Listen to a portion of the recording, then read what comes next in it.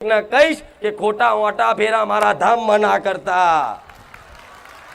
જેની અંદર આવો પ્રશ્ન થતો હોય કે માં તને જોઈ અમારી માતા ઉપર અમને વિશ્વાસ વધી ગયો કે જો ખુખાર મેરડી આવી હોય તો અમારી માં ચમ નહીં.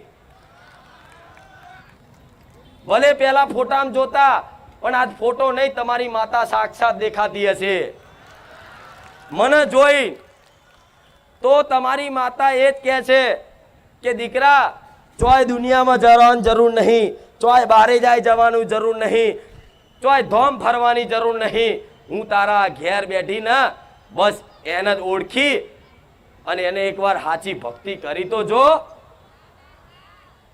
તું જે બધું ભેગું કરવા, બધું પ્રાપ્ત કરવા માટે દુનિયાના મઢ મંદિર ભૂવા ફરો છો, બધું પ્રાપ્ત કરવા જ ને, ઘર ગાડી બંગલા બધું જાત જાતનું તમારી ઈચ્છાઓ કામનાઓ હોય છે કે મારી અમે દુખી છે, અમારે જો પૈસા આવી જાય, જમીન આવી જાય, મિલકત આવી જાય, દીકરાને સંબંધ થઈ જાય, અલગ અલગ બધી કામનાઓ ઈચ્છાઓ લઈને આવો તો તમે આ બધું જ પ્રાપ્ત કરવા માંગો છો. બધું જ જોઈએ છે ને, તમારે બધું જ જોઈએ છે ને. જો જીવનમાં તમારી જોડે બધું જ નહીં હોય તો તમે એવા ને એવા માગવા વાળા જ રહેવાના. પણ જો તમારે બધું જ જોતું હોય ને તો એક વખત તમારી માતાને માગી જોજો. આખી દુનિયા જો તમારી ના થઈ જાય ને મને મેલડીને કહેજો.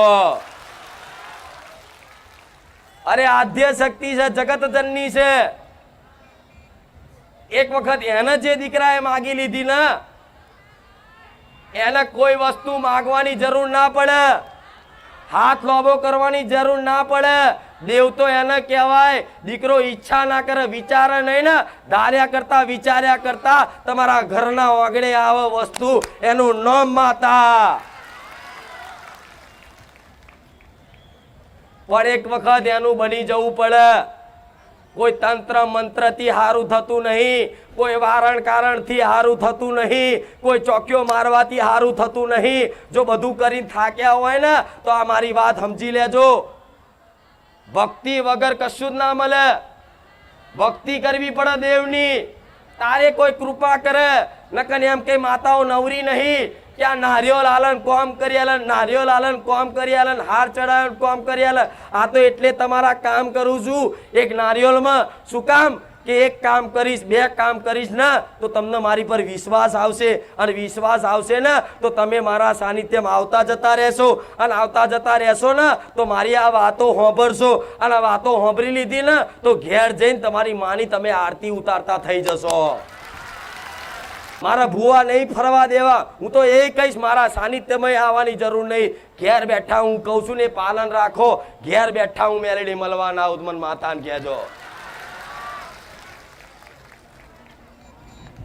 એવી ભક્તિ કરવી પડે કે નહીં?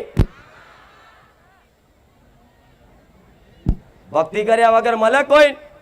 આજ મારા દીકરાએ મારી ભક્તિ ના કરી હોત તો હું મળત ના મળત ને, અને એને ભક્તિ ના કરી હોત તો હું એને ના મળત ને, હું તમને ના મળત. બરોબર ને? તો તમારી ઘેર તમારી માતાઓ છે ને એક જ સંદેશો આલે છે કે મારી વસ્તીને કે થોડી જીવનમાં રહેણી કેણી પાડી લે ને તો હું માતા જાગૃત છું. હું 24 કલાક હાજર એના ઘેર રહું છું કે મારો દીકરો શું કરે છે, ચો જાય છે, શું નહીં કરતો, બધી જ તમારી માતાઓને ખબર છે તમારી. પણ માં જોતી હોય કે દીકરો એક વખત મારી બાજુ નજર મારે છે કે નહીં મારતો, સાચા વિશ્વાસથી કહેશે કે નહીં કે એ માં હું જેવો છું એવો, માં હું તારો દીકરો તારા પારે આવ્યો, માં માફ કરજે.